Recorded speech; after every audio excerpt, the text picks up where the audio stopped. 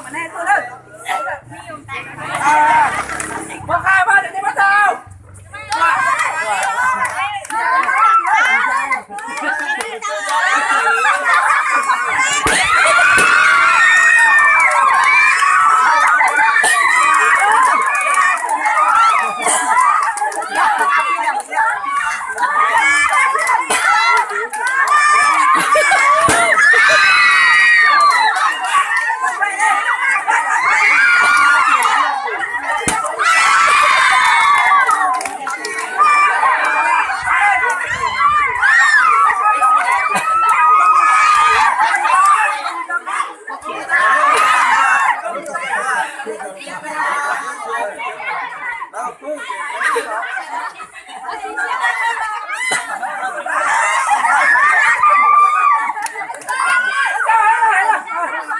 Hết rồi.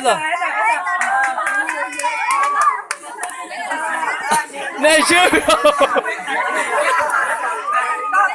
Này cháu chính này là cháu thấy chưa có.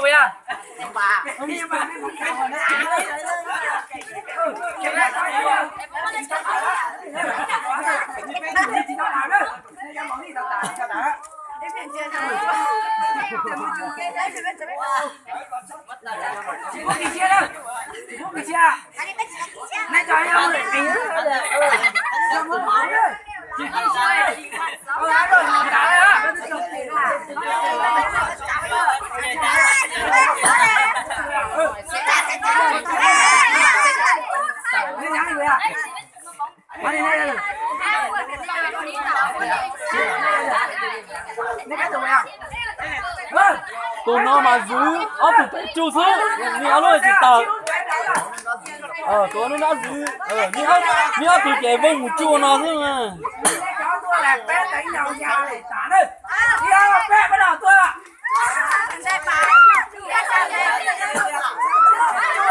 chua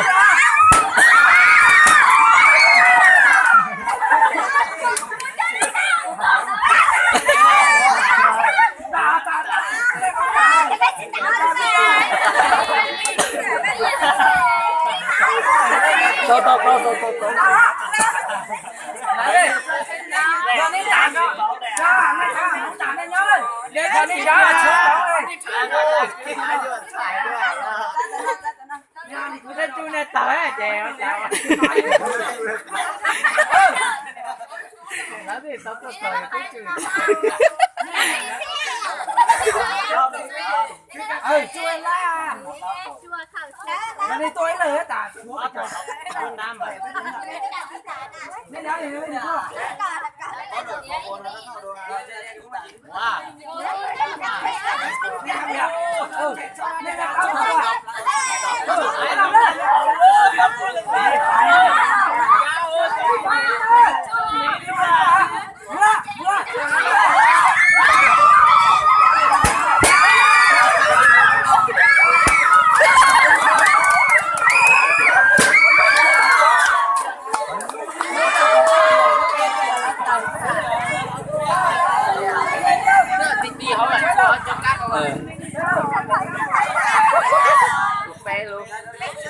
Đây mày có chơi luôn à? Ra đi chơi luôn. Lấy cho nó mình lúc được tên.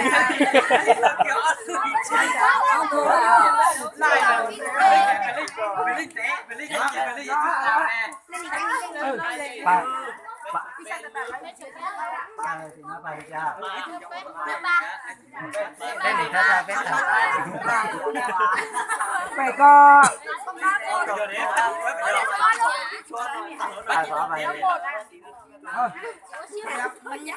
nè nhóm 1 là nhóm 2. Nhóm 1 chúa ở luôn. Nhóm 2 chơi luôn. Nhóm 3 giây nhóm 3 chụp giây. Nhóm 3 chụp luôn. Nhóm 3 giây luôn. Cái nó chờ ở luôn. Cho giây nè. Đó là chúa á.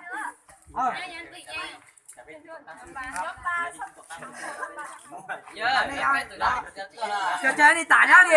Là bé từ giờ tao tua. Chơi họ có chỉ giờ là cắt.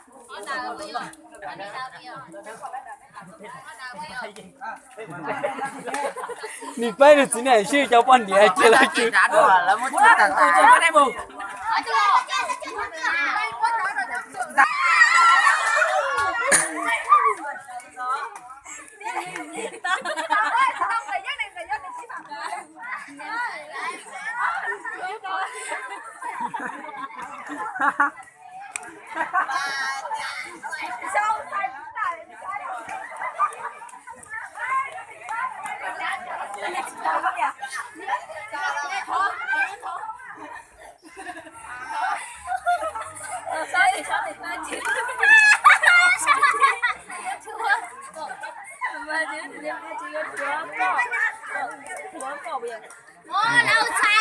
Là giờ bắt trước. Giờ lên thử nói là chị lúc rồi chị em mà chị thua cỏ tù đào của chúa thế. Sao tù sao kia cỏ tù à? Cỏ thôi. Kia. Nó này chỉ giò nữa. Không biết đâu, không biết đâu.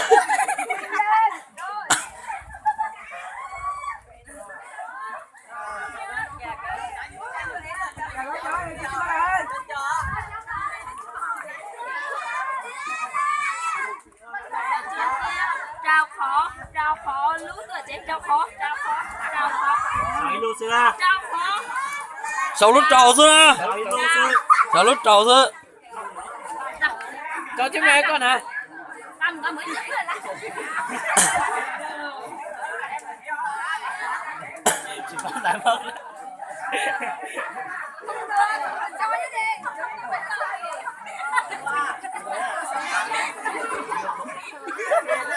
Sâu sổ nó. Sâu cá nó, chị tao sợ.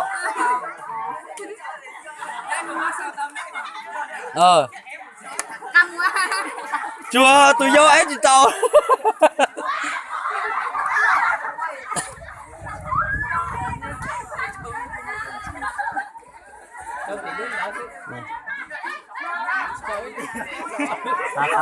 Ta.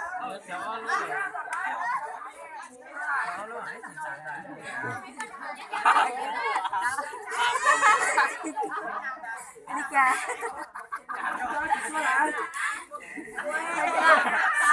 Sao trên đó? Chưa. Đây nhớ chứ bà ya.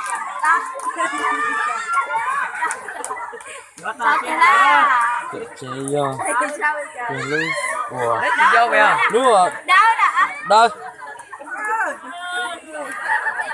Tao lúc nào chị sao chị lên sao?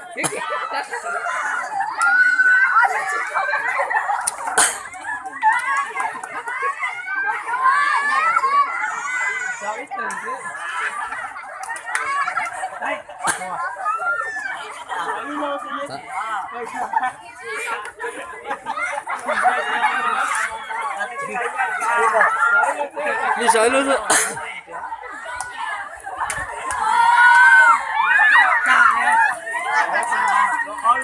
Hả? Cái siêu. Cái lúc này sao nè? Xin luôn. Siêu đẹp.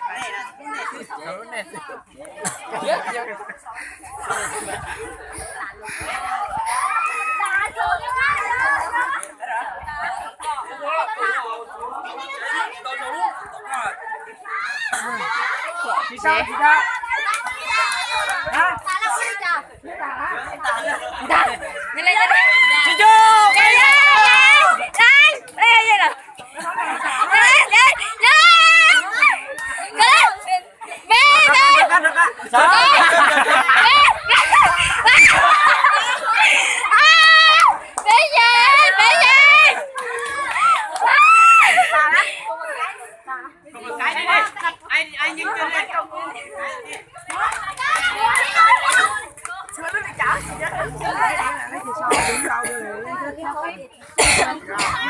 Chị Xuân to này liền. Chị to một chị. Trả lại tiếp. hả là cái bộ này biết chị nào biết chị lên đi lên nghe chị đâu nghe chị đâu mua đi tôi ăn đâu đã đây áไม่ได้ตาไม่ได้ตา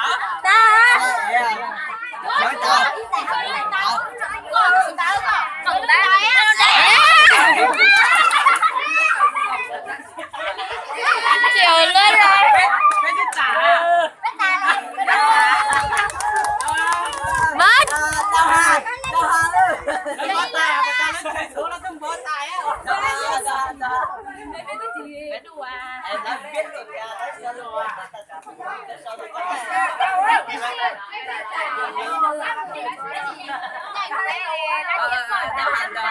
sao đó à cái gì vô biết thua luôn